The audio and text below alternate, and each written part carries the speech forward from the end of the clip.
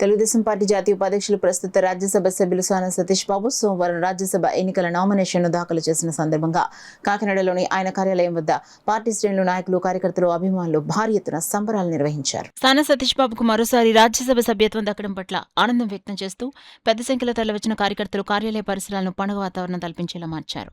కొప్పవరం గ్రామంలో గల ఎంపీ కార్యాలయం వద్ద తెలుగుదేశం పార్టీ నాయకులు, కార్యకర్తలు పెద్ద సంఖ్యలో చేరుకుని భారీ ఎత్తున బాణసంచా కాల్చి తమ ఆనందాన్ని వ్యక్తం చేశారు. అనంతరం ఒకరికొకరు స్వీట్లు పంచుకుని శుభాకాంక్షలు తెలిపారు. ప్రత్యేకంగా ఏర్పాటు చేసిన భారీ కేక్ కట్ చేసి సంబరాలు మరింత ఉత్సాహంగా జరుపుకున్నారు. ఈ సందర్భంగా తీన్మార్ డప్పుల మూతలతో కార్యాలయ పరిసర ప్రాంతం హోరెత్తింది. పార్టీ జెండాలు చేతపట్టి నినాదాలు చేస్తూ కార్యకర్తలు ఆనందోత్సాహాలతో సందడి చేశారు.